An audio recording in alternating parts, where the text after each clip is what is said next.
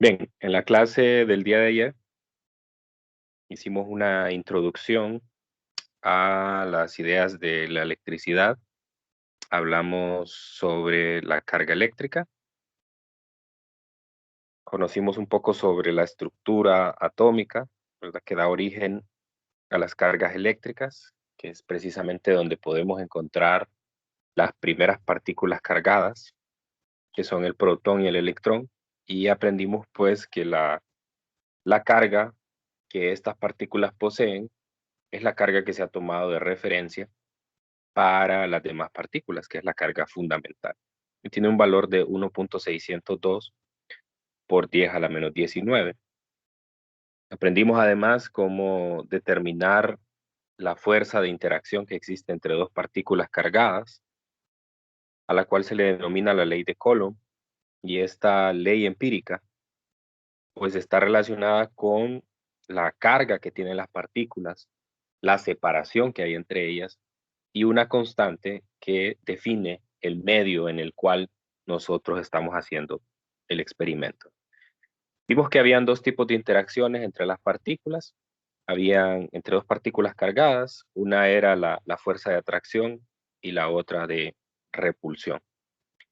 Aprendimos además que esta fuerza, ya que es un vector, tiene una dirección radial, es decir, que siempre va a estar apuntando en la línea que une a las dos cargas que están interactuando. Además, aprendimos a partir de la tercera ley de Newton que la fuerza que siente una carga debido a la interacción con otra es la misma que siente la otra carga debido a esta primera carga. Esto me lo dice la tercera ley de Newton. Entonces, realmente, en una pareja de cargas, no importa respecto a quién yo mida la fuerza, el valor en magnitud tiene que ser el mismo, lo único que va a cambiar es la dirección, ya que cada carga va a sentir un tirón hacia la otra. Entonces, en ese sentido, nos interesa calcular esas fuerzas resultantes que van a existir entre cargas. Entonces, hoy vamos a repasar un poco esas ideas, pero inicialmente vamos a realizar un ejercicio de cargas. Vamos a hacer un problema sencillo de cargas. Vamos a recordar algunos conceptos que aprendimos también en termodinámica. Primero vamos a hacer el problema 21.4 del libro de texto. En este problema son las partículas que componen a un anillo de oro. Como ustedes saben, un anillo es una muestra de un metal que tiene una gran cantidad de átomos. Y obviamente al tener una gran cantidad de átomos, todavía tengo una muchísima mayor cantidad de partículas cargadas, protones y electrones. Entonces me plantean, usted tiene un anillo de oro puro de 24 quilates con una masa de 17.7 gramos. Entonces me están dando la masa de la muestra de oro que tengo. El oro tiene una masa atómica de 197 gramos por mol. Es la razón de cuánta masa hay en una unidad de cantidad de materia, que es el mol, y un número atómico de 79.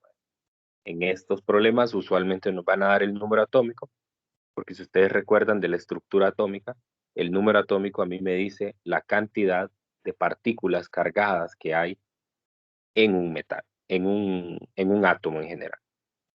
Inciso A, ¿cuántos protones hay en el anillo y cuál es su carga total positiva? Inciso B, si el anillo no tiene carga neta, ¿cuántos electrones hay en él?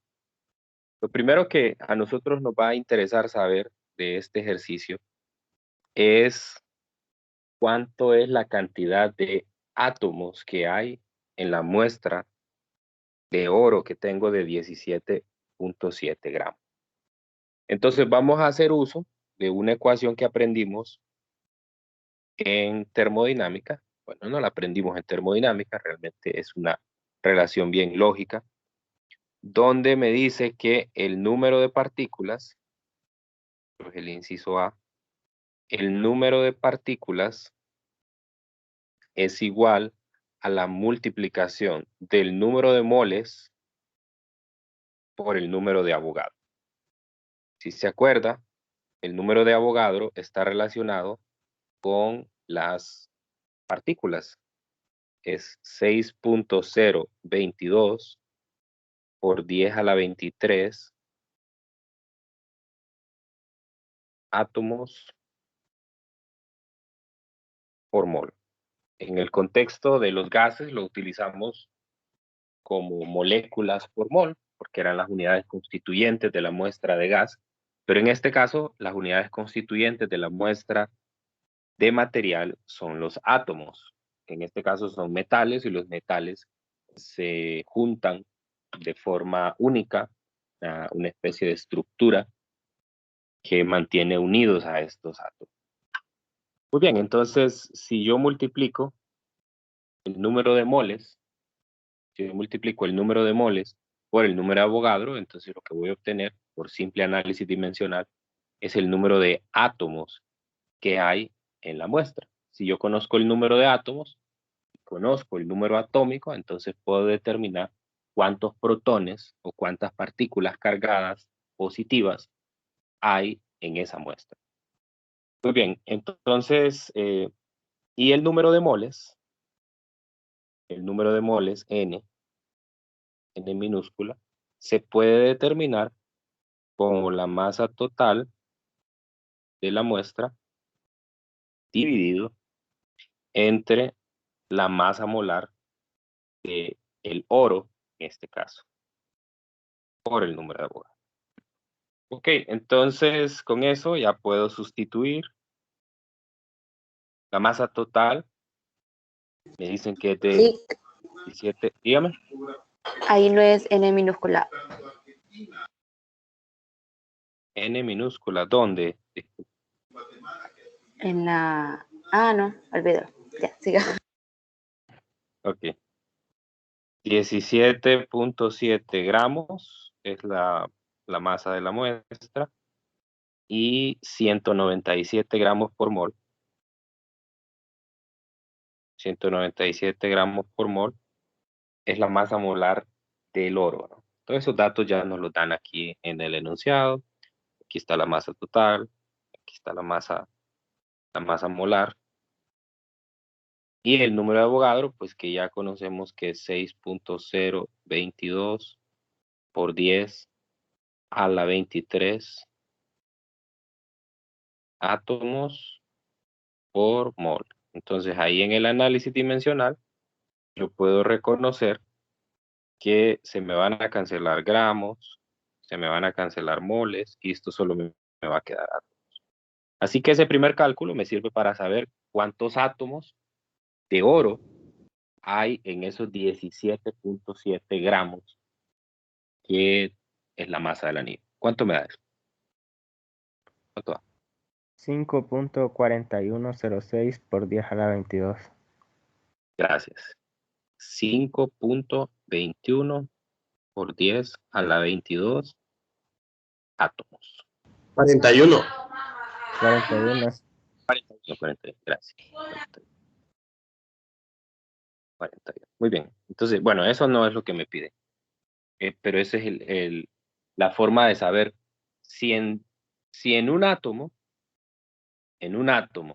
de oro, yo voy a tener el número atómico de protones. O sea, es decir, el número atómico, que es el que está aquí, ese se denomina Z normalmente en la química. Ese número es el conteo, porque ese es el que caracteriza a cada uno de los átomos. Cada átomo tiene un diferente número de protones en su núcleo. Obviamente, un diferente número de electrones, porque al ser una partícula neutra, entonces va a tener el mismo número de protones que electrones. Entonces, ahora, el número de protones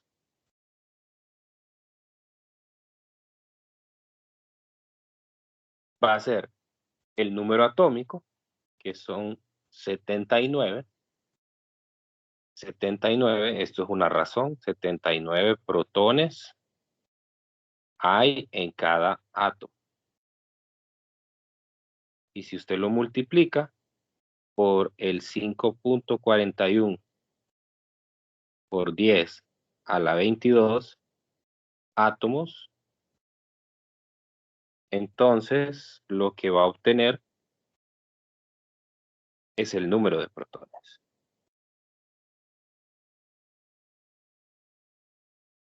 ¿Bien? ¿Cuánto da eso?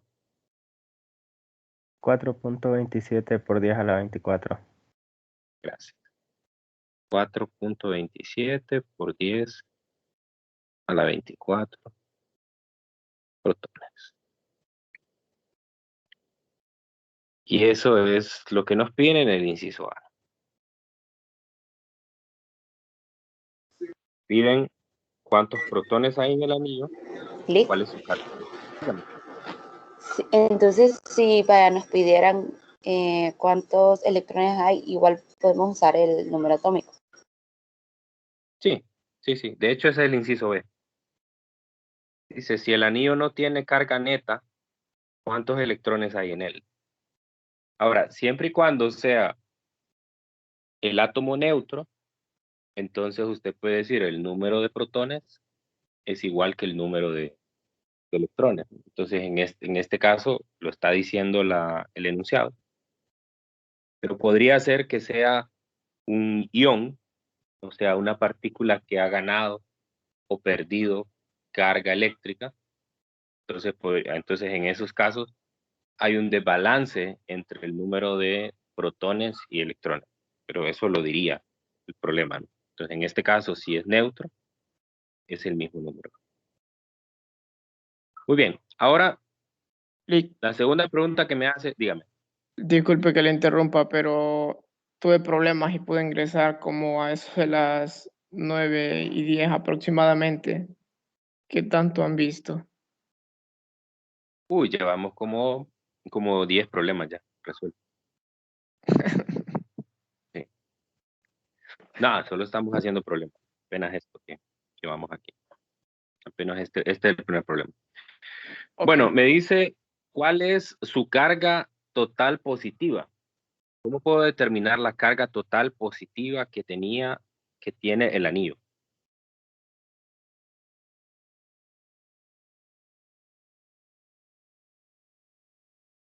¿Qué dicen? Carga elemental por número de partículas con carga positiva. Así es. Muy bien, entonces lo que voy a hacer es eso. La carga total la multiplico. La carga total es igual al número de protones por la carga que tiene cada uno, que es la carga fundamental. Entonces sería 4.27 por 10 a la 24 por 1.602 por 10 a la menos 19 coulombs. Eso me da la carga total. ¿Cuánto es?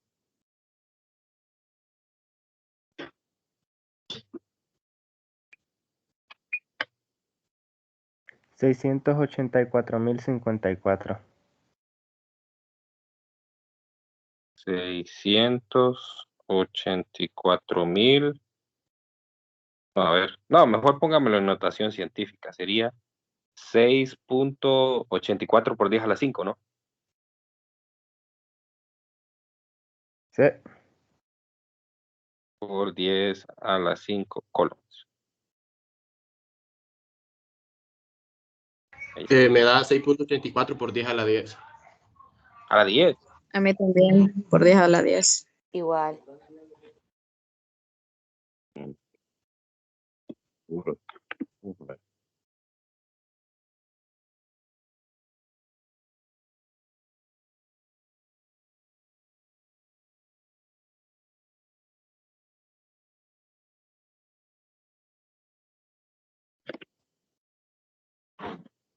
por 10 a la 10. Sí, creo que... Confirmo. Sí da eso. Pues yo no confirmo. Lo acabo de hacer y no me da eso. Que pusieron 19 aquí.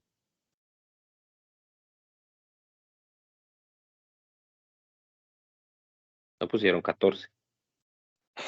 Yo puse 14. Sí. Ahora sí. Sí da lo que el compañero había dicho. Estamos bien. Les acepto el reclamo porque hago similar. Tienden a confundirme a veces el 9 con el 4. Pero no les acepto que no recuerden el valor de la carga. Ok, entonces el inciso B, pues me dice si el anillo no tiene carga neta, ¿cuántos electrones hay? Como no hay carga neta, entonces el número de protones es igual, no voy a poner la N porque van a confundir con el número de moles. Así que sería el mismo, ¿no? Sería 4.27 por 10 a la 24 electrones. Entonces, un problema sencillo, pero hay que pasar por estos problemas antes de aventarse a los más difíciles. Y tienden a ser problemas de objetivos mínimos, así que es bueno repasarlos. No vaya a ser que le salga uno por ahí y les vaya a salir malo. Eso es lo que más duele cuando uno le sale malo un problema que era muy fácil. Pero por ahí va, ¿no? Entonces eso nos permite familiarizarnos con la cantidad de partículas, cómo determinar la cantidad de partículas en un átomo, cómo saber la carga total, la carga excedente. Hay varios problemas al inicio de la mayoría de los textos. Aquí en el capítulo 21 del libro de texto hay quizás unos 8 problemas más o menos de ese tipo, más quizás más, con los cuales ustedes pueden, pues, repasar un poco sobre esto. Bien, no sé si hay alguna consulta, alguna pregunta relacionada con esto. Ok, esto era más que todo para repasar el concepto de cargas. Cargas estáticas, ¿no? Cargas en las cuales simplemente tengo un excedente en una muestra. Ahora lo que vamos a ver es a repasar un poco sobre la ley de Coulomb, cómo determinar esa fuerza debido a una configuración de carga. Entonces vamos a revisar un problema del Resnick. El Resnick, este tema, el Resnick, a diferencia del Szyr-Szymanski, tiene separados en 2 capítulos el tema de fuerza eléctrica y de campo eléctrico. En el capítulo 27 tiene la carga eléctrica y la ley de Coulomb, y en el capítulo 28 tiene campo eléctrico. Mientras que en el CIRS aparece en un solo capítulo las 2 cosas. Entonces este es del capítulo 27, el problema número 5. Y pues bueno, me dice la figura 10A muestra 2 cargas Q1 y Q2 separadas por una distancia fija D, como la pueden ver la figura de la izquierda. Encuentre el valor de la fuerza eléctrica que actúa sobre Q1. Suponga que Q1 y Q2 tienen cargas iguales y es de 21.3 microcoulombs. Voy a aprovechar aquí para hacer eso. Es muy frecuente que en estos temas usemos los prefijos del sistema internacional. Entonces, cuando nos hablen de microcoulombs, esto es por 10 a la menos 6 coulombs. Y cuando nos hablen de nanocoulombs, esto es por 10 a la menos 9 coulombs, que son las más comunes. Pues en algunos puede aparecer milli, pero las partículas con las que trabajamos tienen una carga muy pequeña, así que tendemos a utilizar los prefijos del sistema interno. Y me dan la distancia D, que es de 1.52 metros. Muy bien, entonces lo que quiero hacer es encontrar el valor de la fuerza eléctrica. En el inciso A, pues es muy fácil porque solo tengo dos partículas. Tengo dos partículas que están, inciso A, dos partículas que están a una distancia D entre ellas. Y pues nosotros lo que aprendimos es que la fuerza, en este caso voy a calcular la magnitud de la fuerza, era 1 sobre 4pi epsilon sub 0, la multiplicación de las cargas en valor absoluto entre la separación que hay. Muy bien, entonces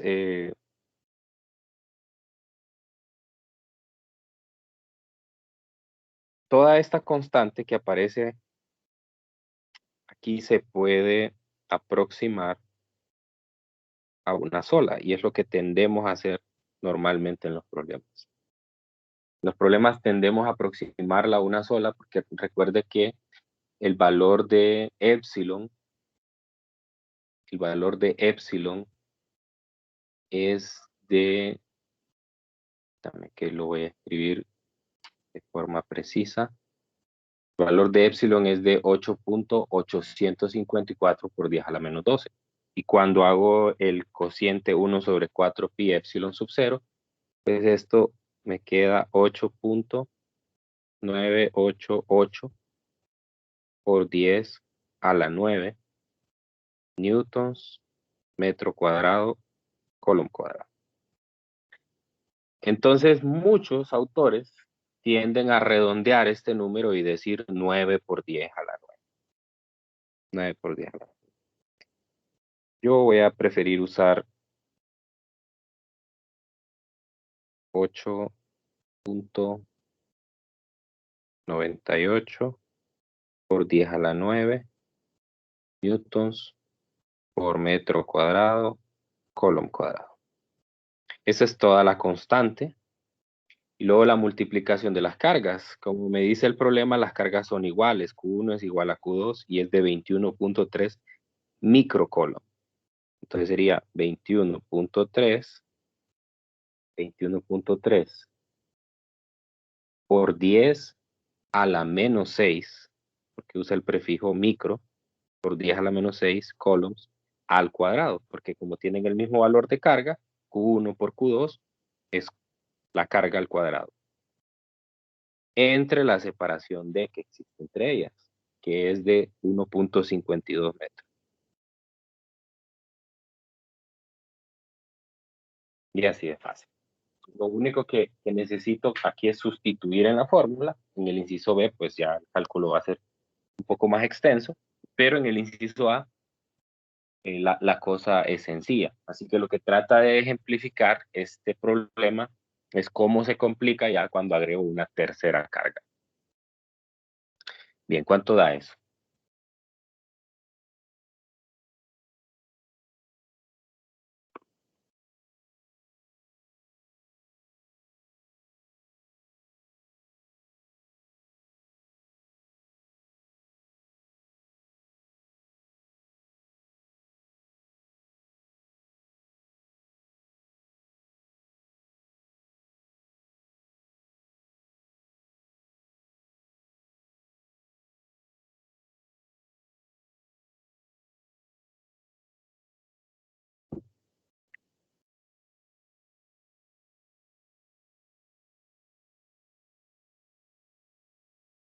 ¿Cuánto da? 1.76 por 10 a la menos 5.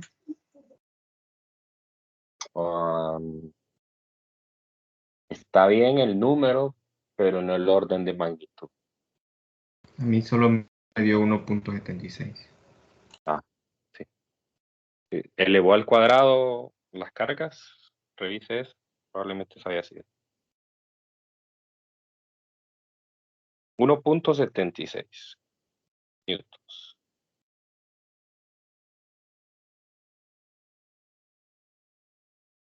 Entonces vea qué fácil es la situación cuando solo tengo dos cargas.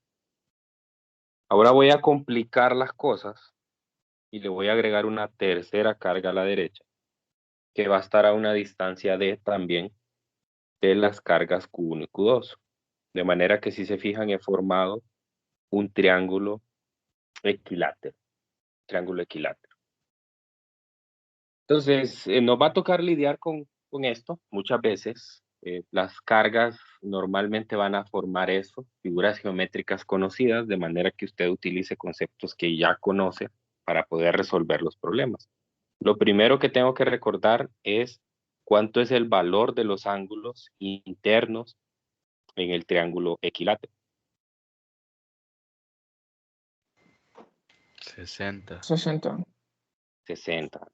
Entonces, ese es un dato que no lo dan de forma implícita en el problema, pero usted lo debe saber simplemente de observar la configuración de cargas. Por ejemplo, si de repente se forma un triángulo o un cuadrado, por ejemplo, saber que si es un cuadrado, pues todos los lados son iguales. Si se forman otros triángulos, saber reconocer esos ángulos. Okay. Entonces, vamos a ver el inciso B. ¿Qué es lo que quiero? Lo que quiero es, me dicen que el valor de la tercera carga es el mismo valor que de la primera y la segunda, y se coloca como se muestra en la figura. Calcule la intensidad de la fuerza eléctrica sobre, aquí hay un error en la traducción, aquí se debería leer, calcule la intensidad de la fuerza eléctrica sobre Q1, así como se dice en el inciso A, sobre Q1. O sea, es decir, esta fuerza que yo encontré aquí, de forma precisa, debía escribirse de la siguiente manera, solamente que yo lo obvié, que es escribir la fuerza que ejerce la carga 2 sobre la carga 1. Realmente no importa, lo puedo hacer al contrario, puedo encontrar la fuerza que ejerce la carga 1 sobre la 2, me da lo mismo por la tercera ley de Newton. Ahora, cuando hay dos cargas, realmente no importa con respecto a qué carga lo encuentre, porque va a dar el mismo valor. Pero cuando hay más de dos cargas, ahí sí importa, porque no va a ser lo mismo la fuerza que siente la carga 1 a la que siente la carga 2 o a la que siente la carga 3. Entonces, bueno, de nuevo, ¿qué tengo? Voy a revisar aquí, en esta misma figura, voy a borrar esto. Aquí. En esta misma figura voy a hacer el diagrama. Yo sé que todas las cargas son del mismo signo. Entonces, por lo tanto, lo que debo de hacer es situarme en la carga de referencia, que es la carga 1, y sobre esta dibujar los vectores de fuerza que van a ejercer cada una de las otras dos cargas, la carga Q2 y la carga Q3, tomando en cuenta si hay una atracción o una repulsión. Entonces, en este caso, como todas las cargas son iguales, entonces se repelen. Por lo tanto, la carga o la fuerza que va a ejercer la carga 1 sobre la carga 2 es una fuerza de repulsión. Recuerde que la fuerza siempre va en la misma dirección de la línea que une a las cargas. La siempre es radial. Así que esta va a ser la fuerza que ejerce la carga 2 sobre la 1. Por la referencia que fijamos el día de ayer, así lo denotamos. El segundo número identifica a la carga con la cual estoy interactuando y el primer número identifica la carga con la cual estoy interactuando y el segundo número identifica a la carga de referencia, en este caso la carga 1. Entonces F21 significa la fuerza de repulsión que ejerce la carga 2 sobre la 1. Lo mismo va a pasar con la carga 3. Va a haber una fuerza de repulsión y esa fuerza va a estar dirigida en la misma línea que une a las dos cargas. Entonces, solo hay dos posibilidades con la fuerza. O va hacia la otra carga, o va en la dirección contraria de la otra carga. Pues cuando va hacia la otra carga es de atracción, cuando va en la dirección contraria es repulsión. Entonces, esta fuerza sería F31. La fuerza de repulsión que ejerce la carga 3 sobre la 1. Entonces, en este punto, yo voy a definir un sistema de referencia, porque me interesa calcular cuál es la resultante sobre esa carga, que es la carga Q. Entonces, yo reconozco que aquí hay un ángulo de 60 grados, como habíamos indicado antes, y usando relaciones trigonométricas, este ángulo de acá es de 60 grados y este ángulo de acá es de 30 grados. Entonces voy a copiar todo eso y me lo voy a llevar para poder trabajar en detalle abajo. Eso es lo primero que uno debe de hacer. Ubicar la carga de referencia, dibujar los vectores, que existen sobre ella, ya sea vectores de fuerza, de atracción o de repulsión. Entonces, en este caso solo tengo dos. Así que yo ando buscando la fuerza total que ejercen las cargas sobre la carga U. Yo busco F total sobre Q1. Así que F total sobre Q1 es la sumatoria de la fuerza 21 más la fuerza 31. Y eso es una sumatoria vectorial. Ojo, no es una sumatoria escalar. Así que para sumar vectores, si ustedes recuerdan, lo que yo necesito es descomponer a esos vectores. Descomponer. Entonces, lo primero que hago es descomponer el vector F21 y F31 en sus componentes X y Y. Descomponer un vector implica que yo lo escribo en forma de componentes. F21 se puede escribir como la componente en X de F21 en la dirección de X más la componente de F21 en la dirección de Y. Entonces lo que debo de hacer para encontrar cada componente es, en el caso de la componente en X, será la magnitud de la fuerza F21 por el coseno del ángulo 21, así lo voy a llamar, F21.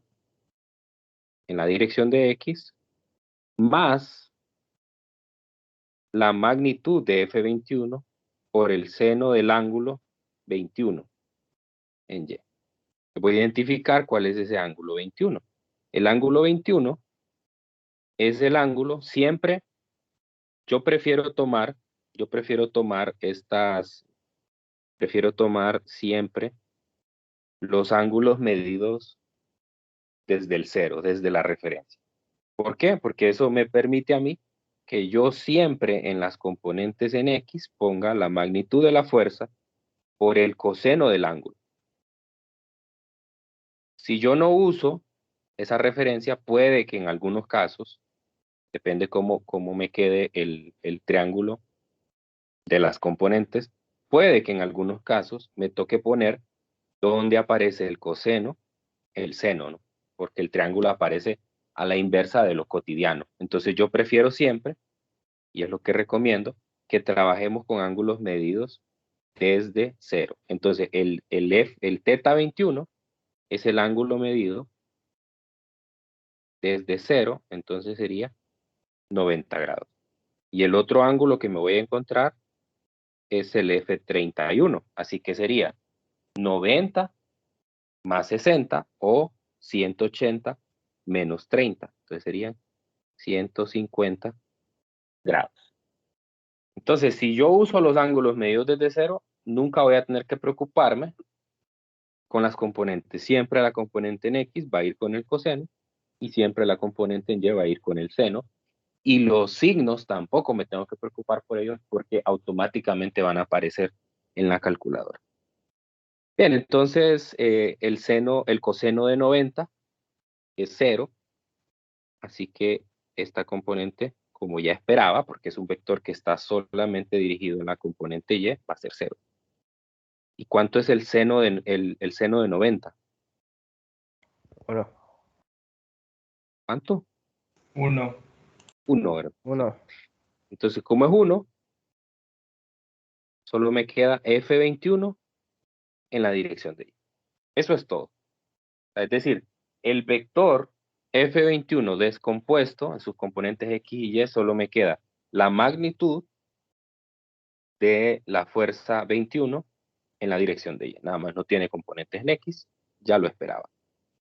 Ahora voy a hacer el mismo trabajo con la componente, con la fuerza F31. Entonces, F31 es F31 en la dirección de X más F31 en Y. Aquí sería F31 por el seno de teta 31 más F31, perdón, coseno,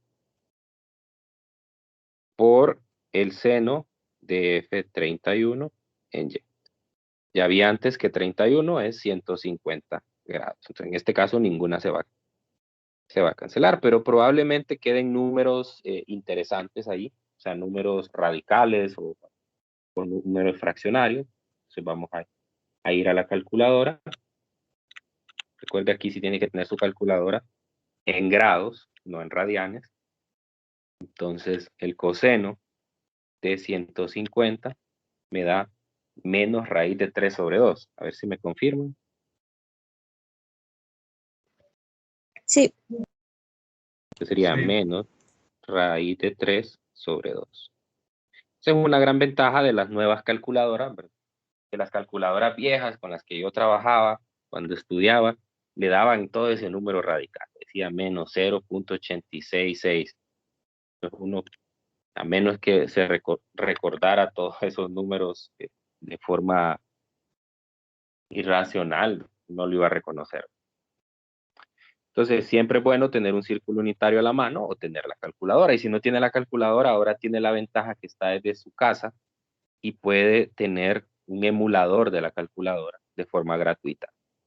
Es una gran ventaja actual. Y el seno de 150 me da un medio. A ver si me confirma. Sí. Entonces, aquí lo que hice fue factorizar, ¿verdad? Porque pues el F31 aparece en la componente en X, en la componente en Y. Entonces lo factorice. Por lo tanto, yo ya tengo descompuesto el vector F21 y el vector F30. Entonces ahora lo que hago es simplemente encontrar la resultante, que va a ser la fuerza, la voy a poner así, uno sobre el otro. F21 es igual a 0 en la dirección de X más F21 en la dirección de Y. Y F31 es menos raíz de 3 sobre 2 por F31 en X más F31 entre 2. Y aquí pues simplemente hago la sumatoria, las componentes en X las sumo con las X y las componentes en Y las sumo con las Y. Así que el F total, la fuerza total, va a ser igual a menos raíz de 3 sobre 2 F31 en X más F21 más F31 entre 2 en la dirección de Y. Ahora lo único que me hace falta es encontrar quién es F21 y F31. Pero no necesito hacer eso. Por eso, de hecho, no lo sustituí antes, porque yo ese número ya lo tengo. Ese número lo tengo del inciso A. Si se acuerdan, el inciso A, nosotros calculamos la fuerza, que era la fuerza que ejercía la carga 2 sobre la carga 1. Pero como la tercera carga, Q3, va a tener el mismo valor de carga, Q3 es 21.3 microcoulombs, igual que el caso anterior. Entonces el valor de la fuerza es la misma, es el mismo. O sea, quiere decir que esto que tengo aquí es F21 y es igual a F31. Y son iguales. Entonces, por lo tanto, al ser iguales, yo puedo factorizar ahí en esa última ecuación. Puedo decir esto es menos raíz de 3 sobre 2 F31 en X. Como F21 es igual a F31, puedo sumarlos. Entonces me quedaría 1 más 1 medio, que sería 3 medios. Sería más 3 medios de F21 o F31, cualquiera de las dos. Me da lo mismo. Entonces vamos a sustituir aquí raíz de 3 sobre 2 por 1.76 newtons. Todo esto en X. Más 3 medios de 1.76 en Y. Entonces ustedes me dicen cuánto da cada componente.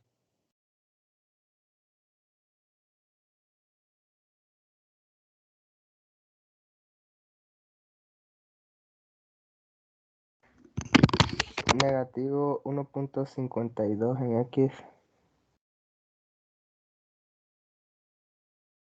En X. Bien. ¿Y en Y?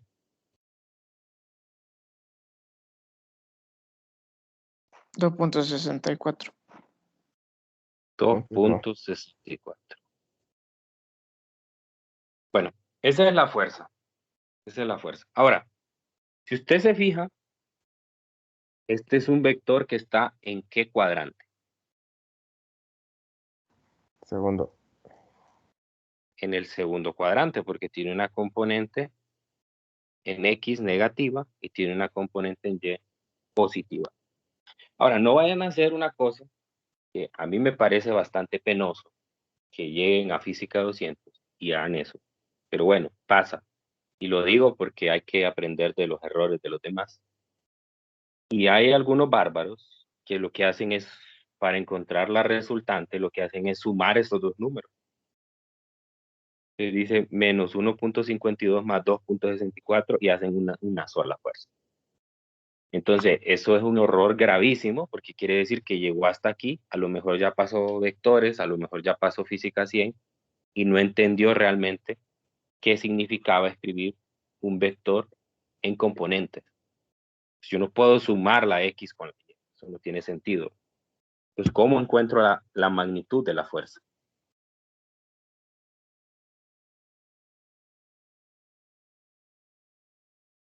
¿Cómo lo encuentro? La raíz. Salvo la raíz. La raíz. Y es menos 1.52 newtons al cuadrado más 2.64 newtons al cuadrado.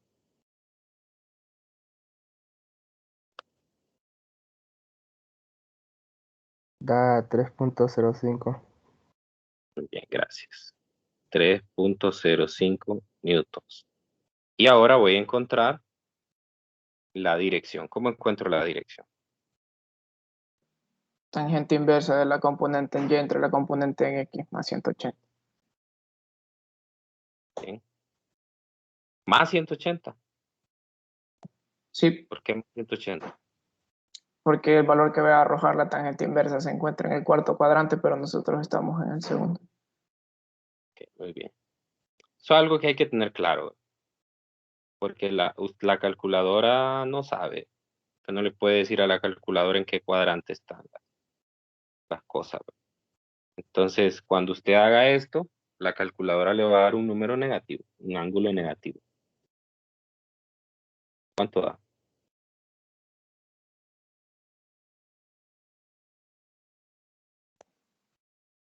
Menos 60.07. Se da menos 60. Vamos a dejarlo así, menos 60. Ahora, ¿qué significa eso? Significa que, como yo reconozco, tengo que estar consciente de lo que estoy haciendo. No solo hacer cálculos por hacer cálculos. Yo encontré, cuando hice la sumatoria, encontré que más o menos esto queda, pues, por aquí. Vamos a decir ahí. Esa es la fuerza. Entonces, ¿qué es lo que yo estoy encontrando? Lo que yo estoy encontrando es este número. Este de acá. 60. Entonces, quiere decir que el ángulo que yo estoy encontrando es un ángulo en el tercer cuadrante y yo no puedo decir menos 60 porque la referencia que estoy tomando es la referencia del 0, ¿no? Entonces eso quiere decir que sería 180 menos 60, por lo tanto el ángulo es 120 grados. Ese sería el ángulo que voy a reportar. O bien puede decir menos 60, así como aparece en la respuesta, pero diciendo que es un ángulo medido a partir de el eje negativo de las X. Ahí sí, está aclarando cuál es su referencia. Pero si en los cálculos anteriores tomó de referencia el 0, porque yo puse 90, 150, entonces pues su respuesta también tiene que ir en consonancia con eso. Bueno, entonces vea cómo se complica la cosa, solo con agregar una tercera carga. Y de eso se trata. De eso se trata y eso es lo que les comenté el día de ayer, que era el principio de superposición. Que si yo tengo más de dos cargas, entonces para poder encontrar la fuerza total o la fuerza resultante sobre una de las cargas, lo que debo de hacer es separar el problema en parejas. Entonces voy a aparear, así como veo aquí, la carga 1 con la carga 2, la carga 1 con la carga 3, y lo primero que debo de hacer es este diagrama. Me voy a situar en la carga de referencia, que es la carga 1 en este caso. Bien puedo hacer el cálculo sobre la carga 3 y bien puedo hacer el cálculo sobre la carga 2. O sea que yo con un problema tengo para darme gusto porque puedo hacer muchísimos cálculos. Puedo incluso cambiar las distancias, que no sean iguales, eso va a complicar un poco más el problema porque voy a tener que hacer el cálculo de F13 y F12 porque ya no, perdón, F21 y F31, porque ya no van a ser iguales las magnitudes. Entonces eso es lo primero que debe hacer, dibujar los vectores, ya sea de atracción o repulsión, debido a las otras cargas, y luego hacer el proceso de descomposición. Hay muchos que no hacen esto. O sea, es bastante obvio porque son fuerzas, pero hay muchos en el examen, incluso ya en el examen, o sea, después de muchas clases, que no lo hacen. Simplemente lo que hacen es agarrar esta fórmula, sustituirla y ya estuvo. O sumarlas, no sé, hacen cosas que son inventadas. ¿Verdad? Entonces, siempre que le pidan a usted calcular una fuerza resultante sobre una carga debido a más de una, tiene que pasar por todo este proceso. Hacer la descomposición, de las fuerzas, por eso traté de hacerlo con lujo de detalles en esta solución, para que usted lo tome de referencia. La suma de las fuerzas, descompongo la primera, en este caso casualmente la F21 me queda solo en Y, pero puede quedar en X y en Y también, no necesariamente. Pues hago la descomposición del la segunda fuerza, después la sumo, ¿verdad? Hacemos la suma como que estuviéramos en la escuela, porque esa es una manera de no perderse. No vaya a sumar X con Y o Y con X. No, tiene que sumar las X con las X. Después llega una expresión final y finalmente sustituye las fuerzas. Si no fueran iguales, entonces le tocaría hacer el cálculo de F21 y F31 y luego meterlo. Y esta fuerza es la fuerza en forma de componente. Esa no es la magnitud. La magnitud se obtiene usando el teorema de Pitágoras. Y luego la dirección hay que tener claro dónde está el vector que estamos encontrando. Muy bien. ¿Alguna pregunta con esto? ¿Quedó claro? Por mí está claro. Al momento de decir que unas se atraen y otras se alejan entre sí, entonces lo único que cambiaría sería el vector al momento de plantear el problema. Sí, sí, sí. Por ejemplo, si yo le cambio el signo a Q2 y a Q3, entonces lo que va a pasar es que la F21 se va a invertir. Ahora va a ir hacia abajo. La F31 se va a invertir. Ahora va a ir en la dirección de la carga 3. Porque ya no serían fuerzas de repulsión, sino que sería de atracción. Entonces yo siempre digo esto, para que uno no se pierda.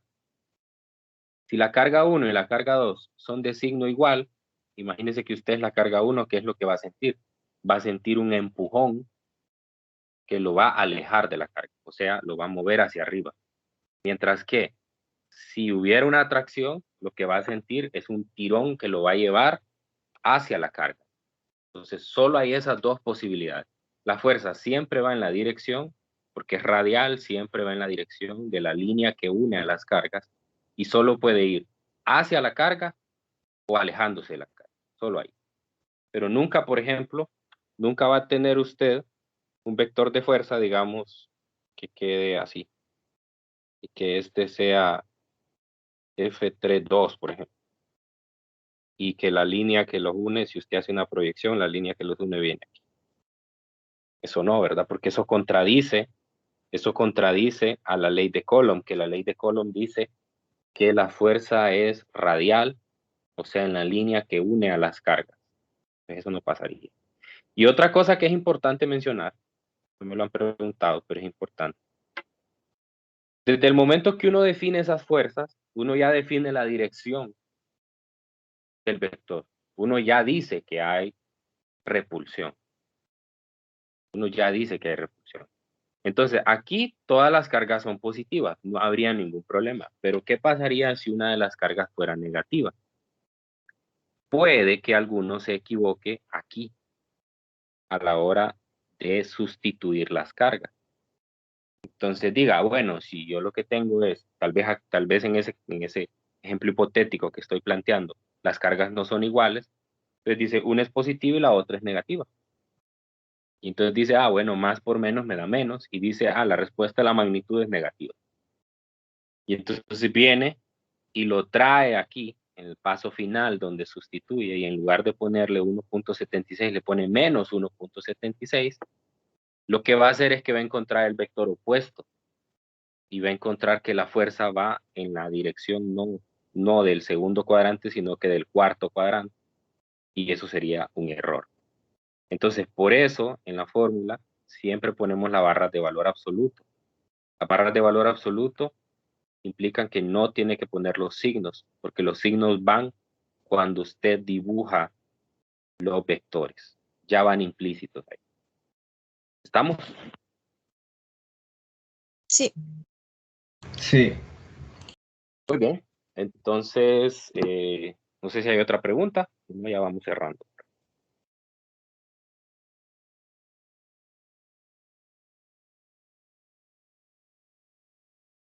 Muy bien, entonces de eso se trata, ¿verdad? Esto lo complica bastante y por eso el capítulo 21 es el capítulo al que más se le dedica tiempo en este tercer parcial.